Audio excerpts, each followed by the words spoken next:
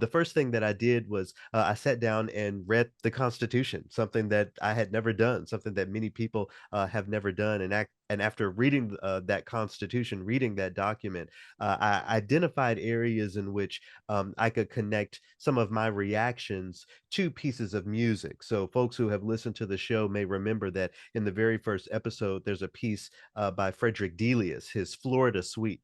I had always learned, we always share that Frederick Delius moved from England because his parents wanted him to, get a real job instead of being a composer. So he went to Florida where he could do his work, and it's in his visits there where he came up with that piece of music. Well, after taking a closer look, we find that Frederick Delius was actually managing a plantation, an orange plantation in Florida, and this was after the Emancipation Proclamation. So when I'm thinking about these things, I put it all together just to frame the story of, what our history looks like, how that intersects with classical music, and how we can continue the dialogue.